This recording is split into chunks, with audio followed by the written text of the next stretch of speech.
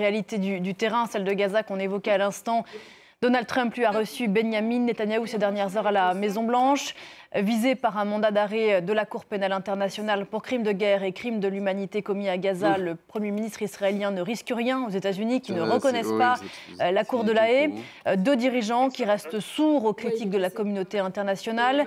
Le dirigeant israélien ayant fait voler en éclats la trêve négociée de haute lutte avec le Hamas. Donald Trump, de son côté, assumant toujours un projet plus que controversé pour le futur de l'enclave palestinienne. Écoutez. Avoir une force de paix comme les États-Unis là-bas, contrôler et posséder la bande de Gaza serait une bonne chose. Parce que pour l'instant, pendant des années et des années, tout ce dont j'entends parler, c'est de tueries, du Hamas et de problèmes.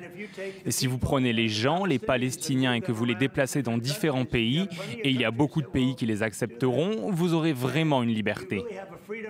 Il faudra des années pour reconstruire Gaza. En attendant, les gens peuvent avoir une option. Le président a une vision, les pays répondent à cette vision. Nous y travaillons. J'espère que nous aurons de bonnes nouvelles pour vous.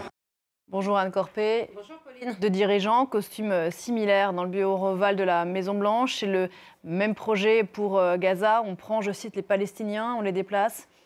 Réaliste ? Ça reste un projet ubuesque, contraire au droit international, qui qualifie d'ailleurs de crime de guerre tout déplacement massif et forcé de population. Aucun pays arabe n'acceptera de toute façon d'accueillir ces 2 millions de Palestiniens. Les opinions publiques ne l'accepteraient pas. La Jordanie, par exemple, a déjà une forte minorité palestinienne. Ce serait un facteur de déstabilisation interne pour la monarchie qui, de toute façon, interdit le Hamas sur son sol, et ce depuis 1999. Quant à l'Égypte, elle verrait dans l'arrivée massive de Palestiniens un facteur aussi de déstabilisation, notamment dans le Sinaï, où le pouvoir a déjà fort à faire avec les terroristes. C'est ce que d'ailleurs les deux dirigeants ont répété hier à Donald Trump, en compagnie du président français Emmanuel Macron, puisque lors de ce sommet tripartite entre le président égyptien, le roi de Jordanie et le président français, il y a eu un appel à Donald Trump. Alors, le plan a bien été évoqué, à nouveau, on l'a vu dans le bureau ovale, mais Benyamin Netanyahou a nuancé le propos de Donald Trump. Il a dit que quitter Gaza, ce serait le libre choix des Palestiniens. Il qualifie quand même le plan de Donald Trump de vision. Il a l'air d'exclure donc un déplacement forcé.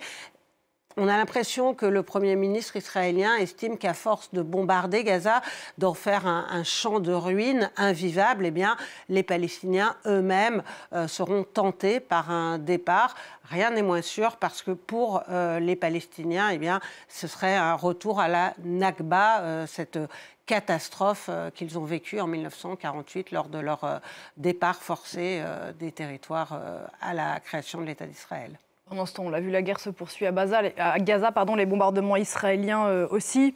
On n'a aucune vision d'avenir concernant la guerre. Alors, le Premier ministre israélien a évoqué l'agonie insupportable des otages de Gaza. Nous voulons leur retour, mais nous voulons aussi éliminer le Hamas, a dit le Premier ministre israélien. Donald Trump, jusqu'à présent, a laissé Benyamin Netanyahou mener sa stratégie guerrière, offensive, lui a laissé fixer les termes de la négociation avec le Hamas, qui a abouti d'ailleurs à la rupture de l'accord qui avait été conclu juste avant l'investiture de Donald Trump. Le Premier ministre israélien s'oppose en réalité à un accord qui permettrait la fin de la guerre en échange de la libération de tous les otages.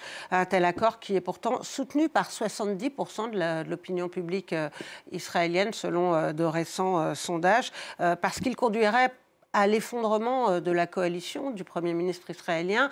Les membres de l'extrême droite ont prévenu qu'ils quitteraient le gouvernement en cas de cessation des hostilités. Donc Benyamin Netanyahou pense que le temps va jouer en sa faveur. Il continue ses frappes sur Gaza, privé d'aide humanitaire, vous l'avez dit, depuis le début du mois. Il a sans doute demandé à Donald Trump des garanties sur la poursuite du soutien militaire américain. Benyamin Netanyahou a quand même ajouté que l'envoyé spécial des États-Unis, Steve Witkoff, travaillait sur un nouvel accord. Steve Witkoff qui a rencontré dimanche dernier les otages libérés et les familles des otages. Mais au-delà de paroles chaleureuses à leur égard, l'émissaire américain n'a pas grand-chose à offrir pour l'instant. Tout cela n'augure rien de bon dans l'immédiat pour la population de Gaza et pour les otages qui sont toujours détenus dans l'enclave. Une cinquantaine morts ou vivants actuellement dans l'enclave. Merci beaucoup. À notre sujet.